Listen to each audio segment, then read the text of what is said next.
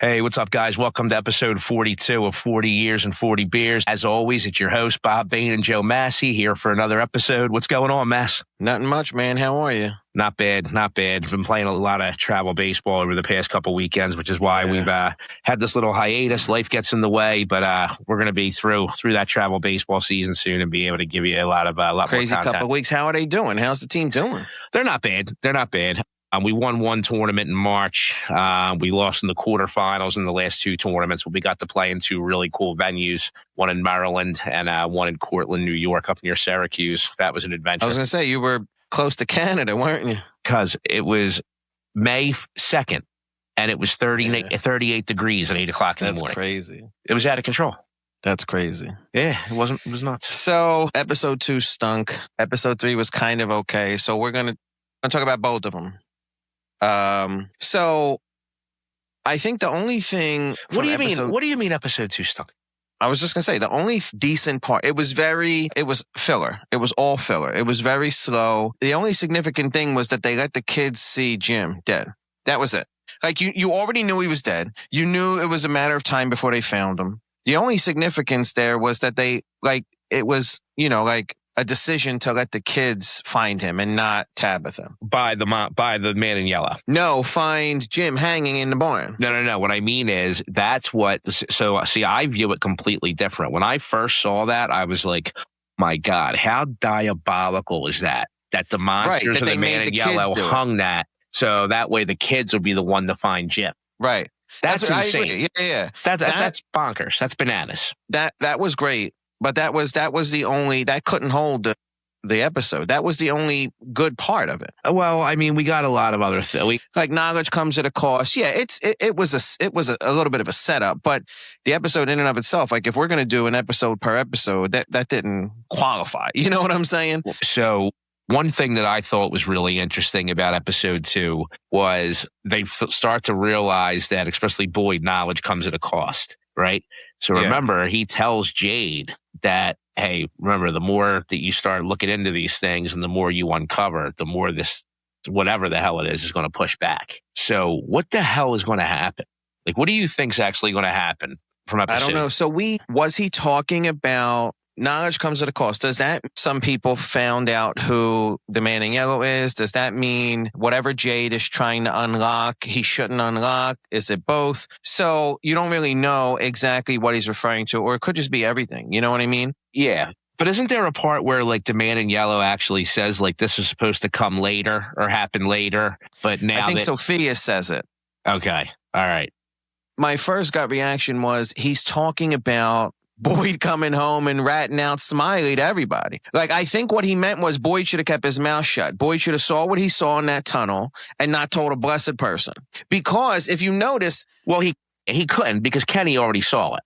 Kenny came down after him. Kenny did not see Smiley. Kenny was in the tunnel. And he saw Smiley. Yes, he did. Because that's Are you sure about that? Positive. That's how Boyd was able to tell everybody and nobody questioned it because Kenny saw it too. Okay. We haven't seen the monsters. We saw maybe one or two when Sophia went outside to pretend like she was confused about what nighttime was. And we saw one in a flashback when storywalker Jade goes back to the RV in the beginning. But the monsters have been MIA from this season so far. So from episode 2, so Julie goes storywalking, right? She has Randall bring her to the ruins, and she wants to confirm that he's going to be able to take her out. She's trying to bring Jim back to life, so she brings Randall to the ruins because she wants to go storywalking, right? Because that's what she calls it already, because that's what her brother called it. Right. So here's my question. Do we now know that she can be killed when she goes back and story walks? Because the monster came and got her. The monster pulled her hair and was about to kill her until Randall pulled her out. But it seemed like it was also a really damn long time. Like, I've never seen one of these monsters get on top of their prey or one of their victims for, 15 seconds. Usually they get on top and they just rip their throat out or just slice the throat. But how is it possible if the man in yellow says you can't and Ethan says you can't change the story? So I think she's going to do everything she can to try to change the story, right? You mean with her? But I'm saying, how could it have been possible that the monster could have killed her if that wasn't the way it was written? I have no idea. Yeah. But it did look like that. So maybe she can't be killed. If what's her name gave her another few seconds, she was gone. Exactly. So we find that out, right? So then after Julie goes story walking and almost gets killed by the nurse monster, right? If you remember, friggin' Acosta is sitting there and goes crazy and steals the goddamn ambulance. Oh, yeah. Okay. So she's the one who's finally going to find a way how to just drive out of town, out of Fromville. What was she saying about, she had like some sort of rationale she was trying to give, what's her name, in the car. And it kind of started to make sense a little bit to me. What was she saying about how she was going to escape and no one else could have before? Because everybody just took Boyd's word for it and just took the people's word for it. I was like, yeah. No, that's not. That's not rational. That's why I was looking at you. I was like, what are you talking about? No. So then I thought she hit her with something significant. No, so then they see Ethan, right? And she drives right by her, the fucking bitch. Drives right by him, which is ridiculous. She's going to leave the kid out in the woods. And I remember Christy was like, it's a kid. You got to stop. And they throw the spike strips down. So what was funny is, if you remember, it kind of mimics the first episode with the Matthews, how the Matthews kept coming through town faster and faster, right? Right. Because now you're starting to panic. And that's what was happening with Acosta. At first she was going, through the town, maybe 30 miles an hour when she would get there. Then the next time it was 40. Next time it was 50. She was starting to panic because she was like, oh my God, I can't get out of here. Then Ethan goes back to the RV. Remember, he goes into the woods, goes back to the RV, and he gets the radio. And then he sees, I'm going to say it's a ghost, right? Is it a ghost of Jim? Yeah, I don't know what else it could have been. Is it like an apparition? Is it a fairy, who took the form of Jim to help him? I don't know. But it obviously wasn't Jim. Jim's dead. All right. I don't know if we could definitely say he's completely dead forever. I don't know if we could say that. But yeah, some sort of form of Jim, even if it was Ethan's imagination, the father appears and he's giving him this information about the Lake of Tears. Exactly. The Lake of Tears. So what's going on here now? So is Ethan a reincarnation? Is Ethan a story writer? Can he rewrite the story? Like, are there things that because it was a story. The Lake of Tears, I don't think, is from a book he read. I think it's from like the game he would play where they would make it up. Right. And he talks about that in episode 3. So let's what else do you want to? So that's how episode 2 ends. That's how it ends. Yeah. Okay. So let's start from the beginning of episode 3. So Jade is meditating like Elle in the water, trying to jog his memory. And the boy in white is much older now. Yes. Now is that? Well, no, that's okay. So let's go in order. So is that how it opens? Yeah, she says to him, "Why are you so much older? Why do you look?" But she's not even with Jade then. She's with Victor's father. Victor's father's trying to get her to not go through the faraway tree, the bottle tree. So in the beginning, the way the episode opens up, it's basically Acosta saying to Boyd she wants a bullet. All she needs is one. If you remember. And then he just leaves her there. He says no. Now, the funny thing is, I'm like, why does she still have her gun? Locked in the room. Her gun was just sitting there's there. No bullets in it. Yeah, she's a cop. She can probably figure. I'm not saying she can shoot herself. She's not going to freaking, make a bullet out of thin air, but she can still use it to attack Boyd, right? She can pistol whip him. Who knows what she can do? That's so that was that. But that was just little insight there. That was the first thing I thought is, what is this, bro? It's laying on the bed, right? Just laying on the bed, right in front of her. Crisscross applesauce. All right. Yeah. So then we go to, did Jade ask for LSD? He asked for acid, is what happens. How crazy is that? I mean, Boyd's just going to have some in his pocket. He's holding it all the time. Well, you never know who came through town, right?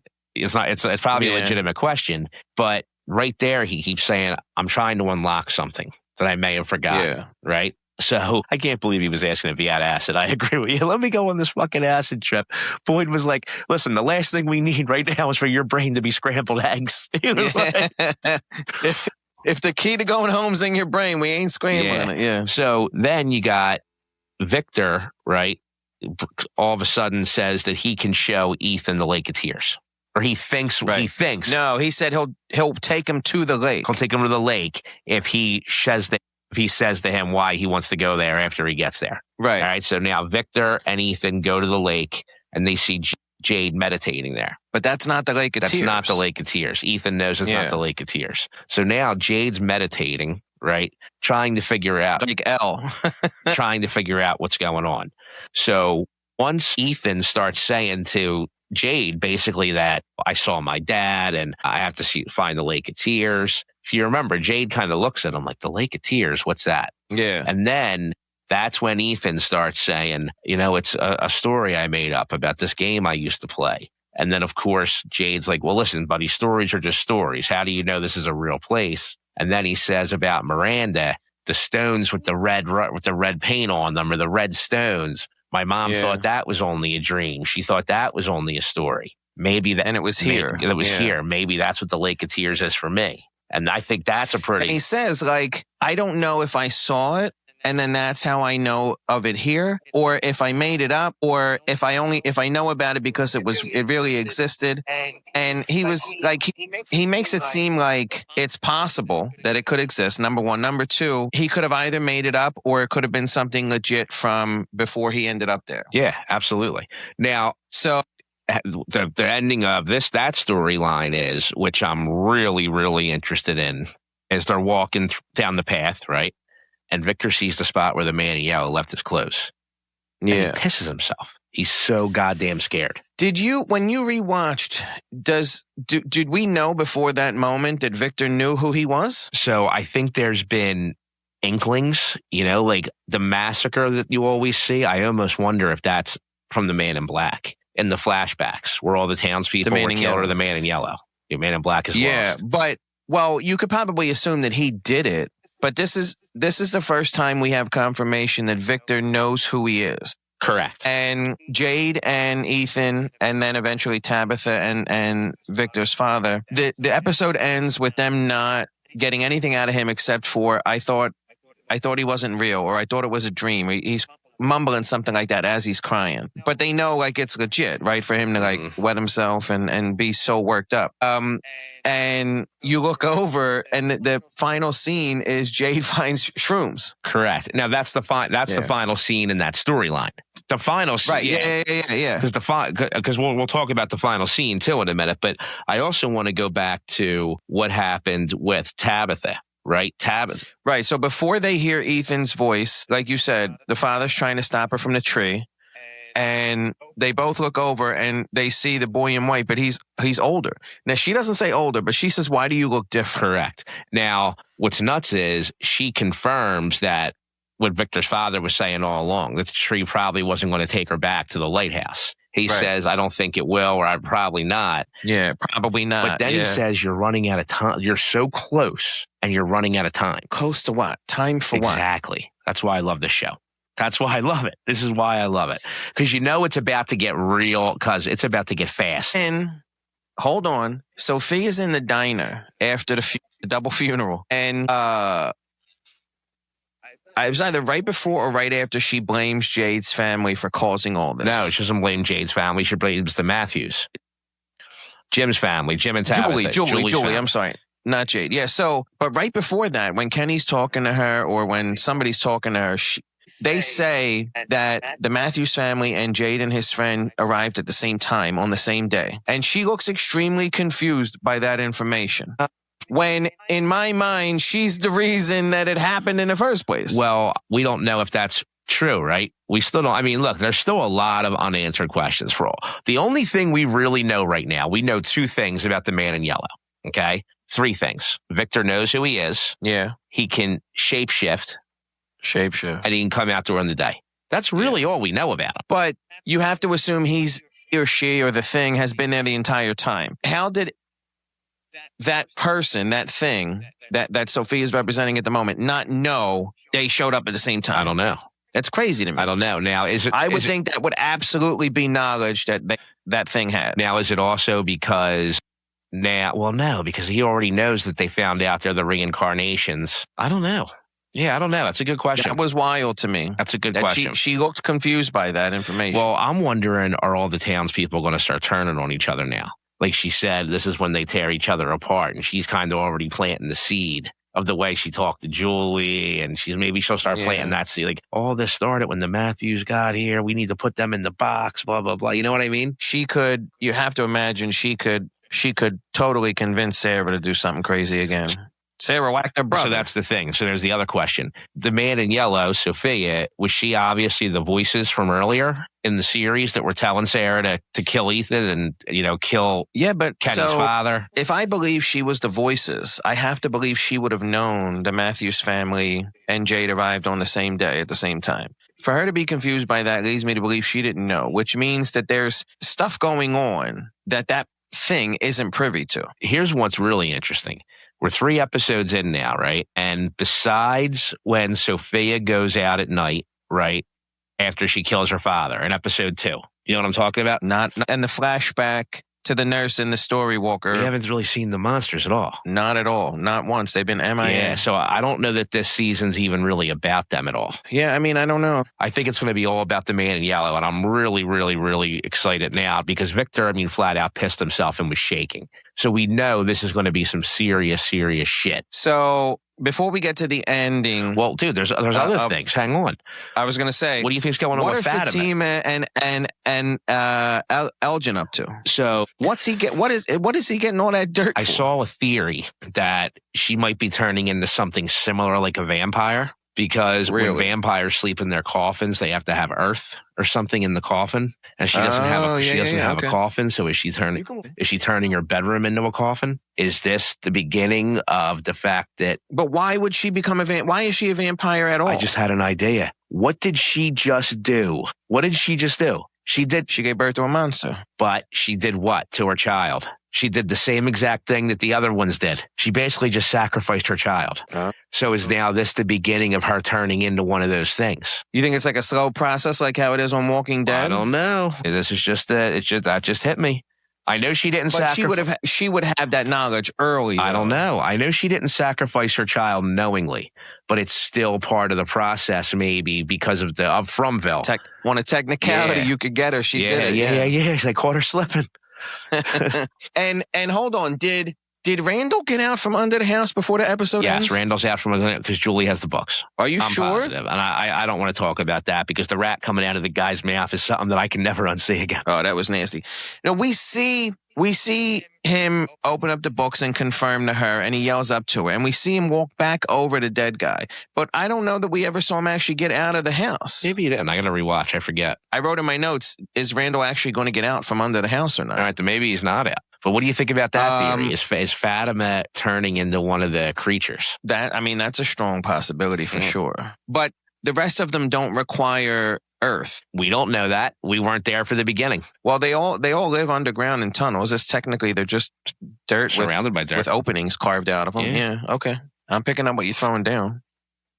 All of a sudden, she's not going to be able to be around in the daytime, and then we'll know. Okay. What else you got in your notes? Is there actually a lake of tears? We don't know for sure. Hold on, I'm sorry. Can we talk about how much this man in yellow is bothering me, too? Like, every time I see him wearing the yellow suit for the first 2 episodes, I know he's out of it now, but I keep thinking about the man in the yellow hat from Curious George and the fucking... Oh, my God. Oh, and the guy who fucking owns the Savannah Bananas. That's all I see is the fucking... That's all I see in this yellow suit. I'm rocking the Curious George shirt today. I didn't even pick that up. How about that? Yeah, that's hysterical. Yeah, he's totally like a horror film version of the man in the yellow hat. That was it. Is there really a lake of tears? Mm-hmm. And then... I don't think Randall got out of the house. And then the ending. I mean, we got to talk about the ending. Okay, so the question I have for you is... Wait, let's finish the I just need one bullet situation, and then we'll talk about the endings. He dismisses it in the beginning, but then he comes around to, he's got something up his sleeve. Mm-hmm. He brings Acosta to a secondary storage unit. Yep. Basically everything they couldn't find a use for. That's not in the back of the restaurant. Mm-hmm. And he says to her, like, I'm not trained for this. You're trained for investigation, and you might find something we missed. And I need you to go through all this and put a story together about these people. Give me a narrative, right? And he said, if you do this for me and you still want that bullet, we'll talk. And so I don't think he's actually ever going to give her the bullet. That's number one. Although it's interesting that in the first episode, he wanted bullets for everybody. And she's the first person to ask him the same thing without having knowledge that him and Kenny were having that discussion. So to the point of like, this is when they start to tear each other apart. She's already breaking down. We already have one person begging for a bullet to whack themselves. But what is he trying to accomplish with her looking through that storage? I don't know. Obviously, one of two things. One, he's trying to make her feel useful. All right. Number two, what if there was something they missed? It's all about, is there anything we missed? Because he's not trained to go through it. So I don't even think that worst case, find some LSD for Jade. There you go. I don't even think he knows. Yeah. But is it a genuine, like, let's just give this a once over in case we miss anything? Or do you think he's got an ulterior motive? I think both. I think it's a once over in case we missed anything. And it's also a way for Acosta to realize she is useful and not want to offer stuff. But you don't think he's got her doing that for like another shady reason? No, I don't. Okay. All right. I don't. So now, I mean, the only other thing is that was the last piece, but the only other thing is the ending. So it ends with him going to visit his wife. Now, do you think her hand actually came up through there, or was it a hallucination? Was it a what? Hallucination. Did he hallucinate it? I don't think it was a hallucination. I think that it was either his wife or one of the monsters. But the monsters, so he was speaking to his wife and he asked her for a sign or for her help or her guidance or something. I forget what his exact words were. And then a Caucasian hand comes up from the ground, right? Couldn't tell if it was a man or a woman, but it was more gray. Okay. Well, but it wasn't an African American hand. How do we know? The motherfucker was been dead for hell many years. What if they turned white? During the decay process? Wait. What if it was a monster? What if they're able to come up through the dirt and through the ground temporarily? You know how True Blood, some of them could go into the light, like the man in yellow, but most of them would get burned if they walked into it. What if they could muster up enough strength to bust their hand through for 5 minutes or whatever the case might be? So like, how crazy would it be if, sticking with the theme of like, you're good, buddy. This is how they start to tear themselves apart. It's one thing, they don't know that the man in yellow / Sophia can walk around during the day. Only Jade knows that. And Jade hasn't, or not Jade, Julie hasn't, she doesn't seem like she's mentioned to anybody of his existence. Right? Yeah, I hear you. Because the first thing I would have did was come home and be like, Mom, there's a crazy man in yellow that just whacked Daddy, and I'm going to try to go back in time and save him. Like, she didn't tell anybody of the man in yellow's existence, and now it looks like Victor might be taking the lid off that. But what if the monsters can start coming up through the ground now, like on some thriller shit? I don't think that's going to be the case. I don't think they're going to be able to come up through the ground. I think it was either a hallucination. I think it's the man in yellow fucking with them, because we already know there's been things that have happened to him, right? Comes at a cost. Exactly. Yeah, I think that's what it is. Now, predictions. What's going to happen in the next episode? If you're right about the hallucination, then I would imagine we're going to start to see more of them from other people.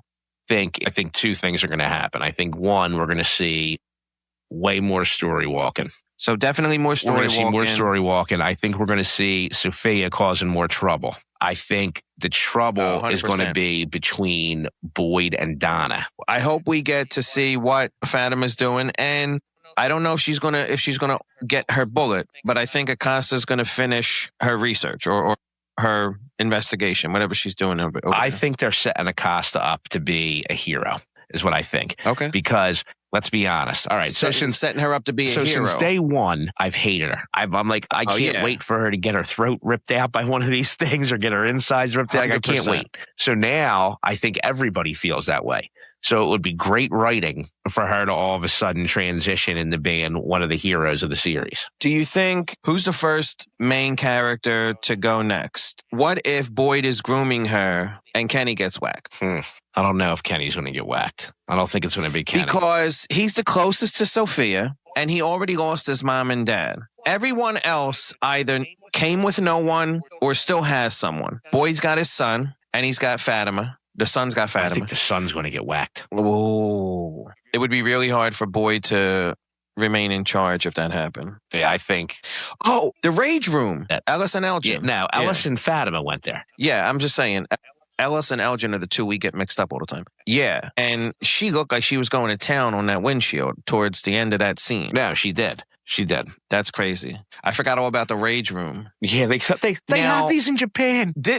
If she was turning into something, wouldn't you think she would have had superpowers during that situation? Not yet. It's still early. Oh, you're crazy. It's still early. They can't do it. Because they can't do it. What time is going to happen? They can't do her whole storyline in 2 episodes. It's still early. Get out of here. So that's what's going to. So here's what's going to happen. Here's more hallucinations. My prediction. Hit me. Fatima is going through the process of becoming one of the monsters, and she kills Ellis. Oh, that's dope. All right, we got to end on that. That's my prediction. Wrap that up. Coming to get it.